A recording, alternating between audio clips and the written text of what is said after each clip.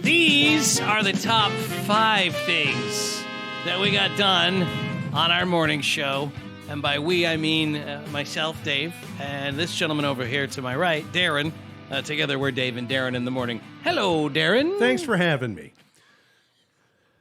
Glad you could make it. Glad to be had. Hello.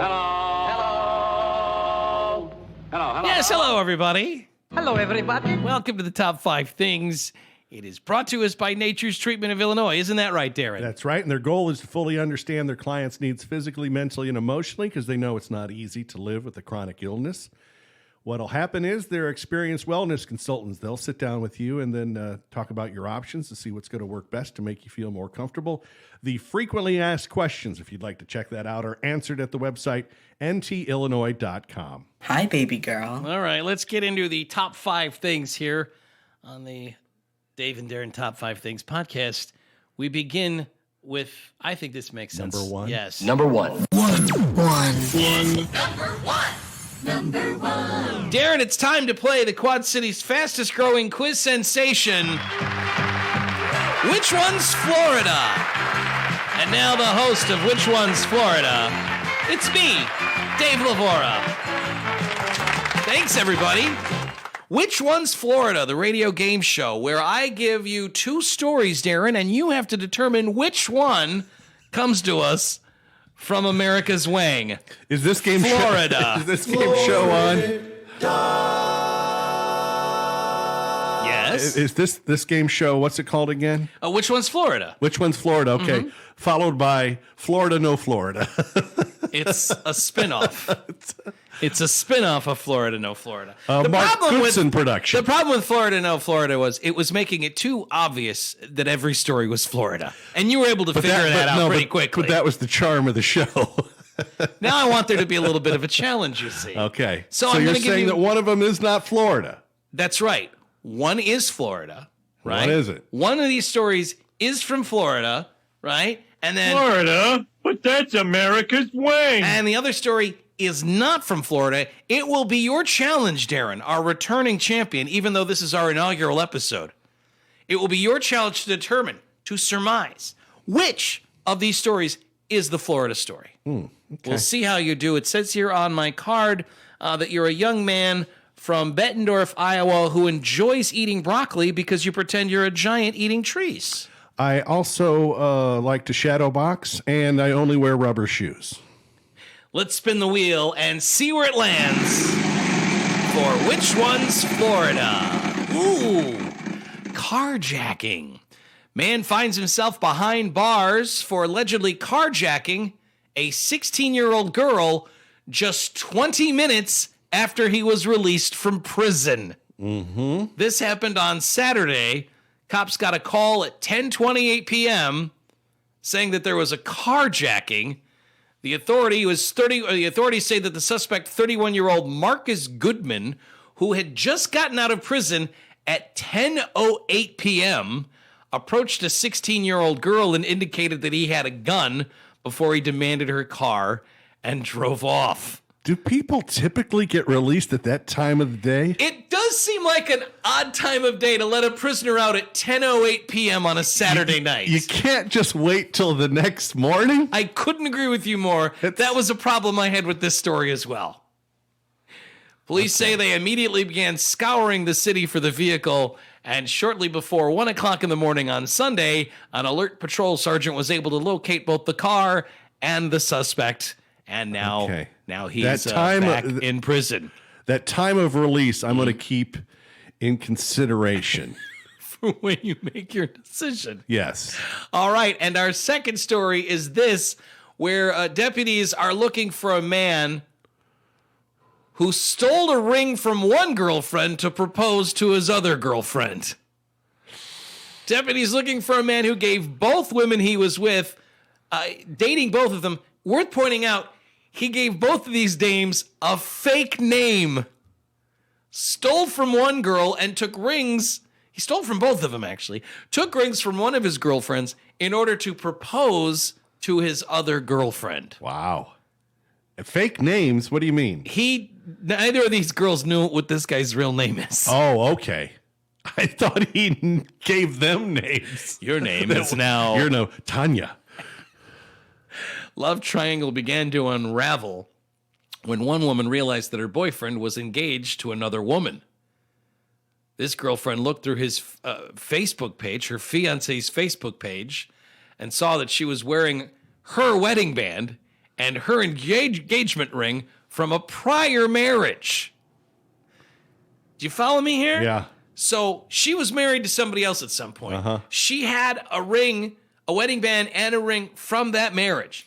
And then she looks at her boyfriend's Facebook page to see another woman wearing her rings. I wonder if he ever got his names confused, his alias, when he was with the different girls. I don't know how you couldn't. Right. This woman said she checked her jewelry box and discovered her old wedding rings were missing, along with several other pieces of jewelry and a diamond ring that belonged to her grandmother. In all, $6,270 worth of jewelry was stolen from the girlfriend number one. She confronted her boyfriend about the thefts and then began communicating with the other fiance so she could get her jewelry back, since both relationships were now over due to this guy's infidelity. The man told women his name was Marcus Brown or Joe Brown, but his real name is Joseph L. Davis.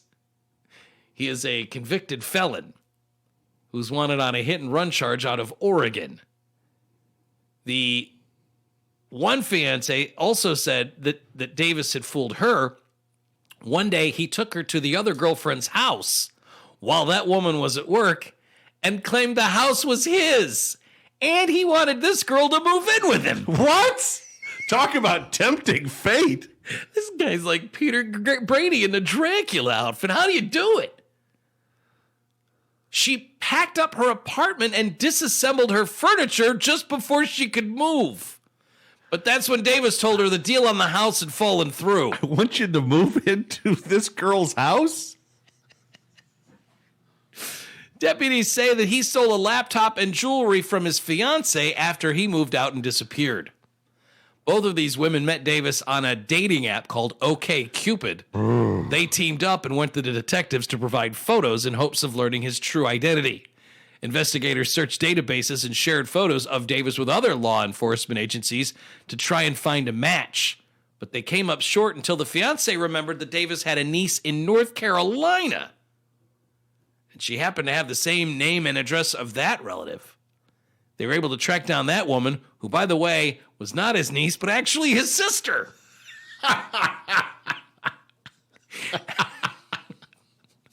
That led them to discover his true identity. It's worth pointing out that as of right now, this man's whereabouts are still unknown. I have a little trouble with the truth. It's just, it's not that I can't tell the truth. The truth bores me. He's wanted on a felony grand theft charge, as well as the hit-and-run warrant out of Oregon. His prior arrests include possession of a fake ID, filing a false police report, domestic assault, and possession of cocaine with intent to sell. He has a tattoo on his left arm that says, "Only God can judge me." Well, I think you might find out that that's not the case. Darren, 30 seconds on the clock. This is a challenge, and feel free to play along at home with Darren as he tries to determine which one is Florida. Is it the lover boy who stole a ring from one girlfriend to give to his other girlfriend, or is it the man who was let out of prison for some reason at 10:38 p.m. on a Saturday, who committed a carjacking It does 20 minutes after he was released from prison? Only one story comes to us from Florida. Which one is it? does sound like the sort of thing that authorities in Florida would do, release you at 10 o'clock at night on a Saturday. And the second one, Oregon to Florida, that's quite a trek, quite a distance. Okay. But having said all that, Yes. I will say Florida took place at story number 2. Story number 2 with the two girlfriends Lover and the boy. fiancés, the lover boy. And Darren? I think we have a wiener. Ding, ding, ding, ding, ding, ding, ding, ding. Absolutely correct. The the story that you quickly identified as the Florida story. And I'm glad, I purposely put the Oregon detail in there hoping to throw you off the scent. You're too clever for me, my friend. This story comes to us from Volusia County, Florida. That's the Daytona area. Volusia County deputies looking for this man who gave both women he was dating a fake name, stole from each of them, and took rings from one girlfriend to propose to another girlfriend. That is, in fact, the Florida story. My favorite part is, though, trying to talk the girl into moving into the house that the other woman owns. That's something else. That's something else. That's ballsy. The carjacking story is actually a story out of Spokane, Washington. That happened on Saturday. Closer to Oregon. When the Spokane Police Department got a call that this guy, who had just been released from prison 20 minutes earlier, carjacked a 16-year-old girl. And they were able to catch him a couple hours later. I thought part of that story was going to be the fact that the young girl had just gotten her license 20 minutes ago. 20 minutes into my driving career, and I get carjacked. But that would be more of a Florida story, wouldn't it? This has been Which One's Florida? My clothes are provided by Botany 500. Darren, let's blow kisses into the microphone. Big kiss for everyone. Mwah. Two. Happened to me this morning. Went to start the car up, and it wasn't really interested in starting up. That's not good. It's not great. In it's a not the garage best. and everything? Yeah. I mean, it started up eventually. It didn't start up on the first, ignition attempt. Second ignition attempt it started, but for a second or two there, I thought, okay, well, and this is it happening. begins. Yeah, here we go. It's just a matter of just how stupid cold it is, right? Speaking of which, I had a pop can explode in the car yesterday. Oh no! Well, I thought a gun had gone off. So you were in the car when it happened? Yeah, I was a little bit confused. I had a kind of a big giant truck behind me. Kind of menacing, truth be told, and following too maximum overdrive duel kind of thing going on. And following too close, really, for anyone's purposes. Yeah. And then all of a sudden, bang! Now I'm not saying it wasn't like that. That would be delightful. Yeah, it wasn't cartoony like that. But it went off. And I'm not saying it was as loud as a shotgun blast. Yeah. But it was pretty close. I mean, to where you don't have any choice but to react. Right. Like, you jumped a little bit in your seat. The shoulders go up, the head goes down, like I'm being fired upon. And I didn't... Driving in Fallujah. What's going on But the thing is, what was puzzling is that the gun blast had gone off with inside the car.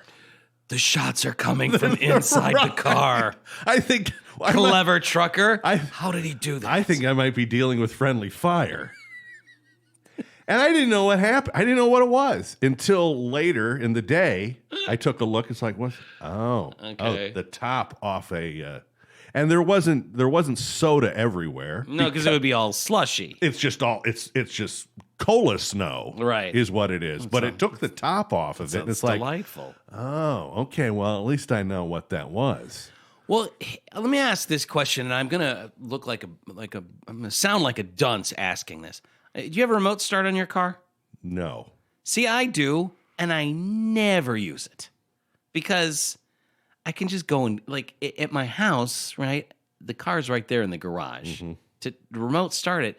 And if you remote start your car to warm it up, you got to open up the garage door so that you don't asphyxiate yourself. For someone and then I'm thinking, well, then I'm just getting the garage colder than it needs to be. Turning it into a gas chamber. So remote start makes sense if it's just outside, right? You wouldn't do that in your house.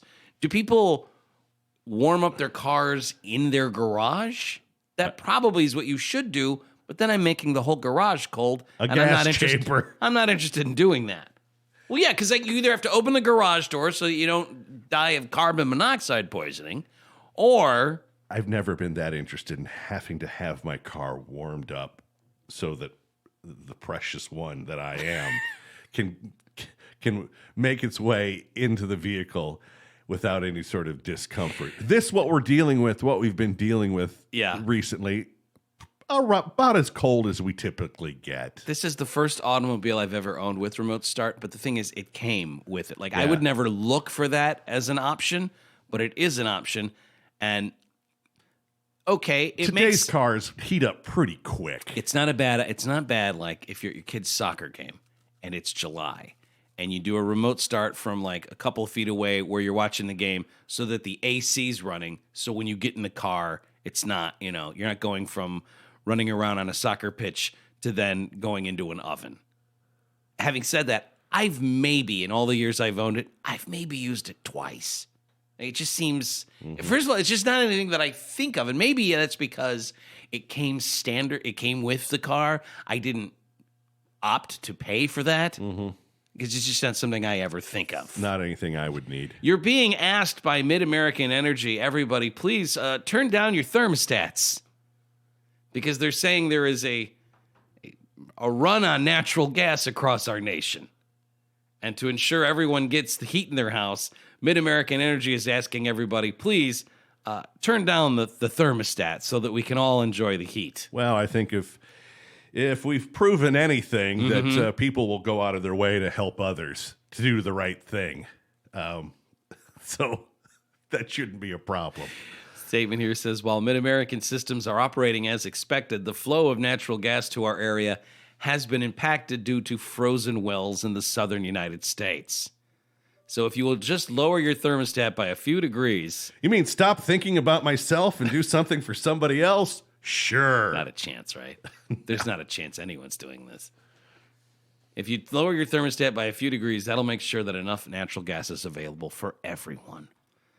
More energy-saving tips. They say check your furnace filter. If the filter is dirty, replace it according to the manufacturer's recommendations, right? They say if your home has outdoor plastic intake and exhaust vent pipes, make sure you've cleared snow so they're not blocked. Check your interior supply and return air vents, baseboards, and radiators to make sure warm air can circulate indoors. In my furnace in the basement, there's like a valve. And on one side it says summer, and the other side it says winter. Do you have that at your place, where you can like move a valve because the air needs to flow differently if it's wintertime or summertime? Do you have that at your place? I suppose I do. Is that something you ever look at? No. Keep your utility bill down. They say limit the use of space heaters when possible. No space heaters. Instead, add a layer of clothing or an extra blanket. I do have a space heater, but I have it in the bathroom that's adjacent to the garage so that the pipes don't freeze. They also say if you're going to use a space heater, make sure it's at least 3 feet away from other objects. I've got the space heater up there by the tub with me. What could go wrong? The hot water isn't enough. I also like the space heater there on the tub with me. I want the water and the ambient temperature of the room to be boiling hot. The part of my body that is sitting up from my bath. Yes. I would like to be warmed as well. If you have window curtains, you should keep them closed at night to help stop cold air leaks through your windows. During the day, open them when it's sunny because that'll help warm your home. But close curtains on windows that are not in direct sunlight. If you feel cold air drafting in through windows or doors, consider adding weather stripping. Light a fire. That was something I used to have to do all the time in like my apartments and like places I rented when I was a much younger person. I had to go get the 3M weather stripping and then use the hairdryer to kind of... Do you ever do that? No, but I know what you're talking about. Oh, man. Do not use a gas stove to heat your home. And do not run a generator indoors. That's a great way to end up dead with carbon monoxide poisoning. And they say this time of year, a working carbon monoxide detector is just as important as a smoke alarm. You know, smoke, you can see that and you can smell that. But with carbon monoxide, it's odorless. The poisoning can cause flu-like symptoms. So if you feel the flu coming on out of nowhere,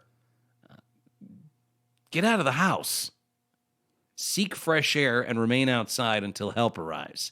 And if you smell natural gas, you should leave your area immediately.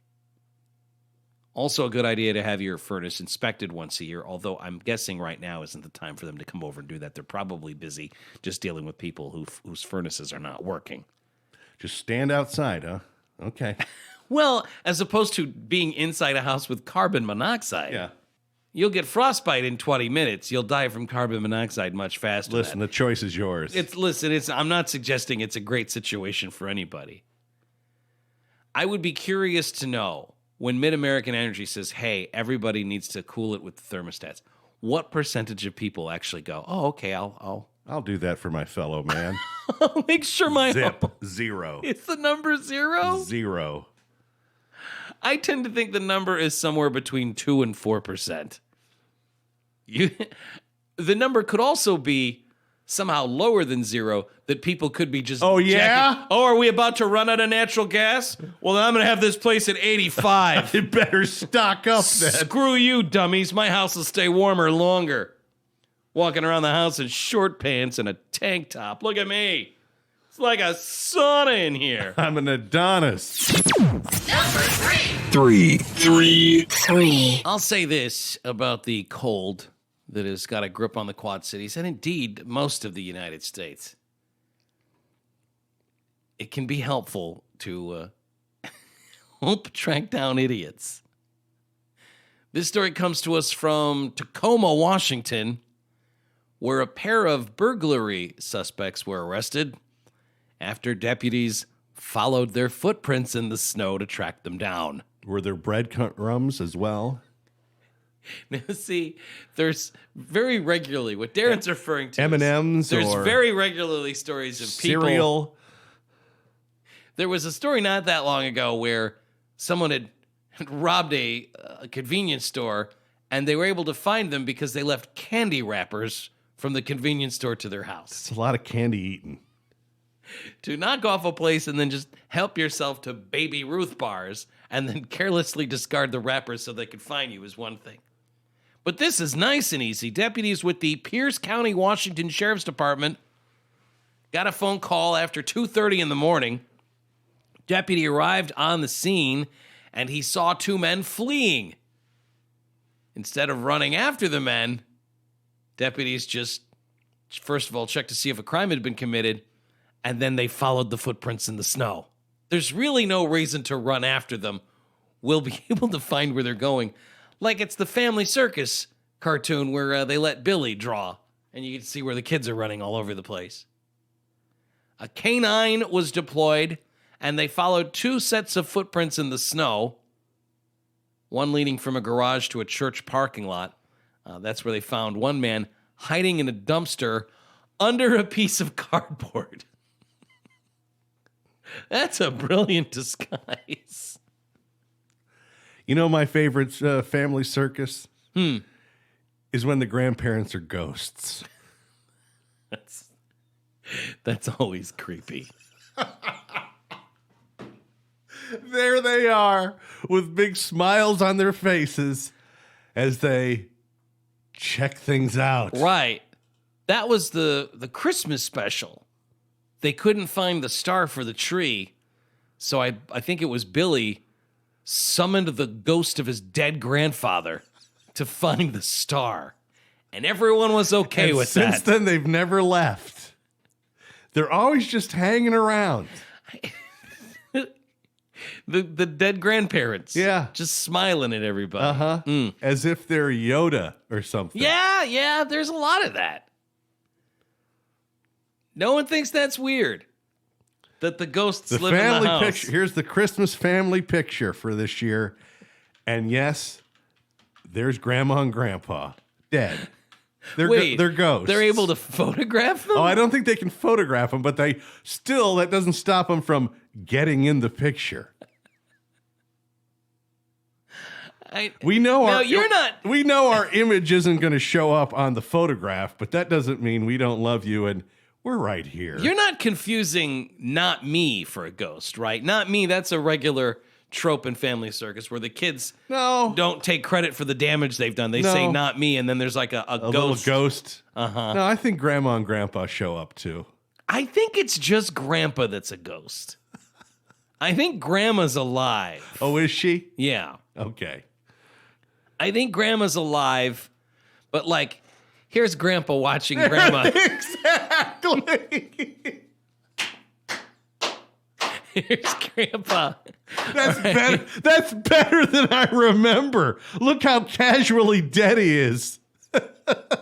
So in this family circus, Grandma is alive making hot chocolate. Yes, and little that's PJ. Yeah, PJ. PJ is there. asking a question. He says, "Grandma, do you think Granddad would be okay with us using his mug?" Now, Granddad is dead, but his ghost is there smiling. He's fine with you using his mug. He thinks that's terrific.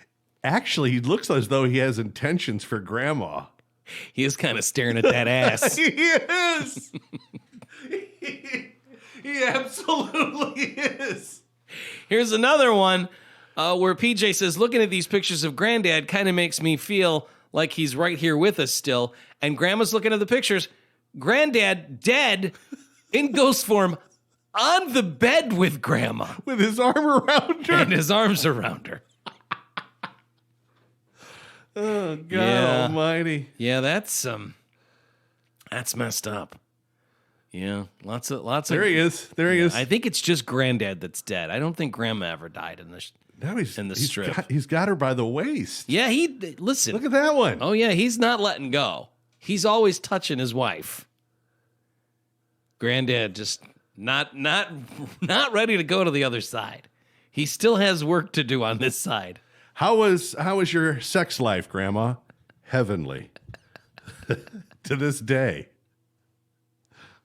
That would be an odd question for Dolly, Billy, or PJ to ask. It would. Grandma, how was your sex life how's that with going Grandpa? for you? It was heavenly.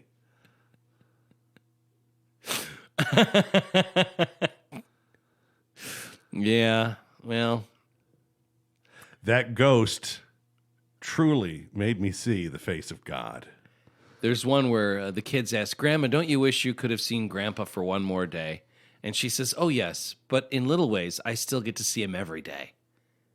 And she's talking about how, like, Dolly has his hair, and PJ has his walk, and Billy has his talent. But also she gets to see him every day. Billy's got his wallet. Billy's still using his credit cards. The government doesn't know he's dead yet. Government doesn't and those know he's checks gone. come on the regular. If you know what I'm saying. Right. Yeah, it is kind of like the Family Circus, but they're not both dead. Just Grandpa. Just Grandpa. Yeah. The one guy was found. I mentioned the guy that was found in the dumpster hiding under a piece of cardboard. Then a second set of footprints led deputies to a tree. And when the footprints ended the tree, you can figure out what happened. This dummy climbed up the tree. There he is. And they were able to tell him he needed to climb down. Both suspects arrested and booked into the Pierce County Jail for second-degree burglary and obstructing an officer. And the guy in the dumpster with the cardboard over his head also booked for unlawful possession of a controlled substance. Now, I don't know if this happened at night or not, but regardless, if you're the character that's up in the tree, you get a flashlight on you. Oh, yeah. There he is. There. He's right there. There he is. Tag. There he is. Come on down now. There's also this story about the bad weather. This woman called into work by her manager, and she sent a text. She's a 20-year-old Roberta Clark, sent a text to her manager saying she wasn't going to be able to make it into work because the weather was so bad. The snow and the plunging temperatures. She gets a text saying, we need you to come into work. She says, I can't possibly come into work. The weather is terrible, right? She's an electrician and was called into work and sends a text saying she wouldn't be able to make it to her boss. And then she sent another picture to her boss minutes later. Mm-hmm. The problem is the text she sent to her boss was not meant for her boss. It was a picture of a bottle of champagne chilling in a bucket of ice, and she texts, dare me to pop this? Yeah. So instead of sending it to the person she was going to, because she wanted to stay home and drink, she sent it to her boss. Yeah, she hadn't changed who she had just... And then she says, "Oh, I'm sorry. I meant to forward this on to somebody else. Gonna need you to come into work. Gonna need you to put the champagne. Gonna need you to put the champagne in the fridge and come into work." I could see some people saying I can't make it. If you're an electrician, Yeah. you're kind of one of those that has to come in. Yeah. We're going to kind of need you, maybe. Yeah, if you're getting called into work, chances are that's an emergency, yeah. But I got this champagne chilled just perfectly. You dare me to pop this? No? Yeah, pop it open after you get done with your shift today. Need you to come in because a lot of people need your help. Including this one family who says with the electricity out. Here's a family circus where they go sledding and there's just a bunch of dead ghosts sledding with them. That's terrifying. We're the first ones to find this hill. No, and then all the ghosts are there sledding as well, you see. Boy, I had no idea that the family circus Very macabre. dealt so much in the supernatural. Very, very spooky. Dead grandpa. Now, Not Me is not a ghost. Not Me is a character in the family circus who the children blame things on. I don't think that's not a dead kid, is it? Because that would change everything. I'm surprised the family circus didn't make their way to, I don't know, Gettysburg or Hamburger Hill. That's right. That's right. The kids wanted to see Hanoi for family vacation for some reason. Number 4. 4. So we hear of a murder that happened, Darren. And he would have gotten away with it except for text messages. Murder! Indianapolis murder! Guy's been charged with murdering his dad. After the family said that texts they were getting from the dad seemed a little off. And you said this was the best day of your life.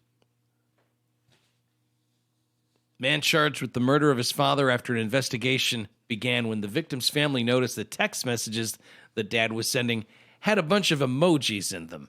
And that's just not how dad texted. Okay. That's, something's off here. Brian's killing me.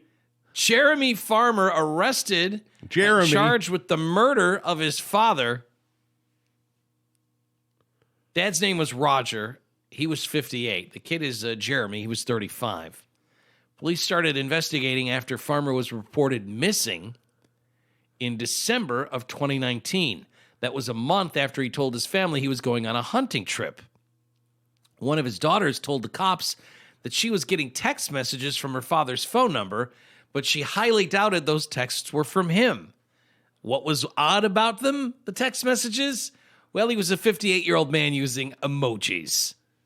That seems weird. This Jeremy's a real snake, and I'm in real deep doo-doo because Jeremy's pointing a gun at me right now. The daughter said that Dad usually used the talk-to-text feature. So the texts come in the form of long run-on sentences with no emojis or punctuation marks. Then all of a sudden you're getting these emoji texts from Dad. It's like, this doesn't make any sense. Christina Farmer is one of the daughters. She said the text seemed unusual. She said to a local TV station, their WXIN in Indianapolis, she says, quote, all of a sudden it sunk in. Those text messages don't really sound like Dad. Then it dawned on me. Cell phone records later showed that the phone had not left the area near the family's home when Dad was supposed to be away on a hunting trip. Mm-hmm. Your phone knows. Jeremy Farmer arrested after a year-long investigation, although they have no idea where Dad's body is. Police say the two people claim Jeremy was bragging about how he shot his father twice and then hid his dad's body in a freezer. I don't know that that's the sort of thing I would brag about. I understand it's tough to keep a secret. Shut up, dummy. But Keep that some to thing- yourself. Some things you don't talk about. I had a pretty good day on the golf course. Oh, yeah? I shot my dad and put him in a freezer. Jeremy, you don't have to one-up people. Jeremy, you look like you got something on your mind. Well, I shot my dad, killed him, put him in a freezer. Maybe that's it. Yeah, that's it. Jeremy's story is that the last he saw his dad was right before he left for the hunting trip. But some bank account details also helped with the investigation. The daughter told police all of a sudden Dad's account has a negative balance. That's when detectives noticed there was a large amount of activity on his accounts right after he went missing. And there's also video footage that appear to show Jeremy buying a trash can, cleaning wipes, gloves, plastic cloths, detergent pods, and bleach at a hardware store. Man, Jeremy, you didn't leave any evidence behind. All of those things, by the way, all of those things, the cleaning wipes, the gloves, the plastic cloths, the detergent, the trash can, all of those things were paid for using Dad's debit card. The final insult.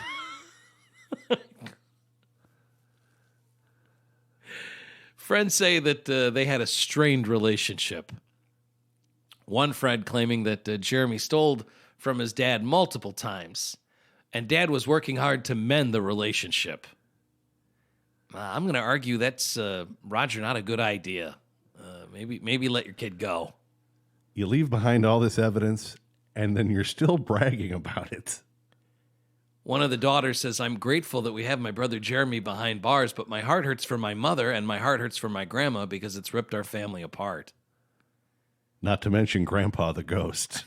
How do you get upset about your son being in jail when he's in jail for murdering your husband? Oh, now my kid's in jail. Yeah, he killed your husband. Well, it's not good. I get it. Families are tricky, but that seems to me like we can all agree that this guy needs to be out of the family and out of society. All he left behind was evidence. Five. Number 5. Are you familiar with the town of Armstrong, Iowa? No. I wasn't either. I had never heard of it. Don't feel bad. It's not the biggest town. Population last census would have been in 2010. And the population then was 926. And it's located where? It's in Emmett County. Emmett County is a far north county, northwest Iowa. Plenty of Iowa that I haven't been to. Oh, yeah. Plenty there's of it. 99 counties. Armstrong got its start in the year 1892. They had constructed a railroad through the territory, and the town is named after Thomas Armstrong. I think this is telling. Thomas Armstrong arrived in that area near the West Fork of the Des Moines River. He was there to go trapping. He spent one winter there and left because he said the weather was just too much for him. Guy spent one winter there and left, and they named the town after him. You can have it. I want nothing to do with this place. I wonder if he realized it was ever named after him, or if he just kept going west. They did what? Yeah, that 1 year you were here, you made such an impression. All he did was complain. The whole time I was here. This place is a dump. He was there for one winter to trap and left because it was too harsh for him, and they named the town after him. Ended up only trapping himself. Stepped in his own trap. Had to gnaw his foot off. Had to gnaw his foot off and then just limped to the West Coast. Right. But the good news is they named the town after him. They did what? Armstrong, Iowa is very much in the news because the mayor, the police chief, the city clerk, and the former city clerk of Armstrong, Iowa, all arrested. Charges of embezzlement and fraud. I'll repeat that. The mayor, the police chief, the city clerk, and a former city clerk, all charged following a multi-year investigation that accuses them of misappropriating city funds. Okay, so it is different. It's not just one person. No, Who has all those jobs? No, it's an important distinction, Darren. I'm glad you made it. Because the town's only 900 people. Uh-huh. I could see being all of those things. Yeah, doubling up some duties here. Multi-year investigation accuses these four of misappropriating city funds, producing fraudulent public records. Check. And at one point, using a taser on a civilian in exchange for cash. What? Wait, what? Well, typically, we like to take a credit card or a certified check. I guess we could accept cash, but we'll have to tase you. You are going to get tased. You are going to get tased. You'll get a receipt, but you get tased. Iowa Attorney General's office filing these charges against the current and former public officials there in Armstrong in Emmett County. It's very close to the Minnesota border. Mayor Greg Bum, with 2 U's, Boom, maybe, is that how you pronounce it? Greg Boom, the police chief, Craig Merrill, city clerk Tracy Lang, and former city clerk Connie Thackeray charged with felony and misdemeanor offenses in a 21-count trial information approved by the Emmett County District Court. The mayor, the police chief, and one of these city clerks facing a top count of ongoing criminal conduct, which is a Class B felony. So how much money are we talking about? The investigation uncovered wrongdoing committed by the defendants, according to the Emmett County Sheriff's Office, including, but not limited to, misappropriation of city funds, the presentation of fraudulent public records, deploying a taser against a civilian in exchange for cash. Yeah, we can take cash. I've always wanted to be tasered. Is there a way to pay for that? Sure, you can pay for that. We'll take cash for that.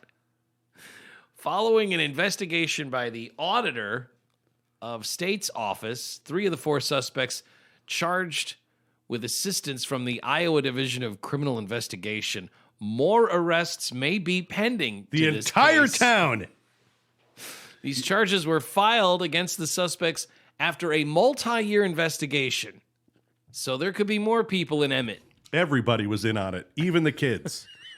It was the kids' idea. Yeah, it was the kids who cooked it up. Yeah, this tasering for cash was a way to raise money for a new track for the high school.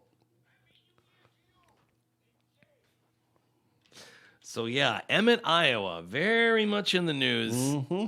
When you arrest the mayor, the chief of police, and 2 city clerks, this was a months-long investigation. It really didn't years-long investigation. It was a year long, but we figured it out day one. Falsifying records. The misuse of the stun gun, I think, is the most fascinating case. Like, did somebody pay to have somebody else tasered or to get themselves tasered? What, deploying a taser against a civilian in exchange for cash. Who paid what for what now? In place of like what, a singing telegram? Happy Valentine's Day. Here's your tasing. The state auditor office performed an audit of the town's financial statements. They say at the beginning of our field work, we were informed of the city's computerized accounting system had failed and that all the financial records for the town were not available. That's probably going to be a red light for the auditor's office when you say we lost all the records. The report identified over $100,000 of undeposited utility collections and unsupported disbursements. $100,000. It's worth pointing out Armstrong is a town of not quite 1,000 people, and at least 8% of the population lives below the poverty line. So the allegations are that these people were raking in the dough. And yeah, doesn't seem to make a lot of sense. They don't want you to know.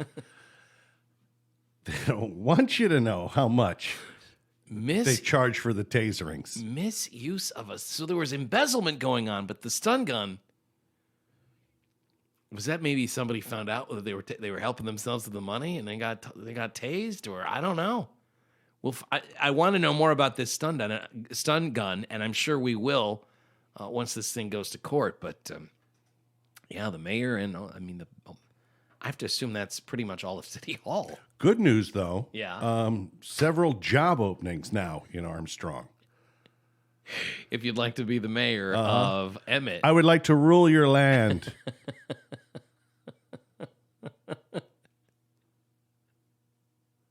Deploying a taser against a civilian in exchange for cash. That almost sounds like they paid for somebody that didn't want the tasering to get the tasering, right? Here's some money. I need you to go and taser somebody for me. You got it. Is it all over, Rock? I guess so. I didn't think it'd be like this. I'm glad I both listened to that and participated in making it with you, Darren. Those were the top 5 things. Thanks so much for downloading, subscribing, and listening to the podcast. The podcast brought to you by the good people at Nature's Treatment of Illinois. They have 2 locations. One is on Tech Drive, that's in Milan, and then West Main Street in Galesburg. Milan's open every day. Galesburg is open weekdays and Saturdays. The recreational waiting lists are available. All you have to do is reserve your time. It's nice and easy if you go to the website, ntillinois.com. Great. All right. Well, until we do another one, thanks for listening to this one. Hang loose, kooks. And you stay classy and safe, Quad Cities. Come on, Quad Cities, representing. This is for the Quad Cities resting spot. Davenport, yeah, we keeping it locked. Rock out, come on, and it just don't stop. East Moline, yeah, they keeping it hot. Hasta la vista, suckers.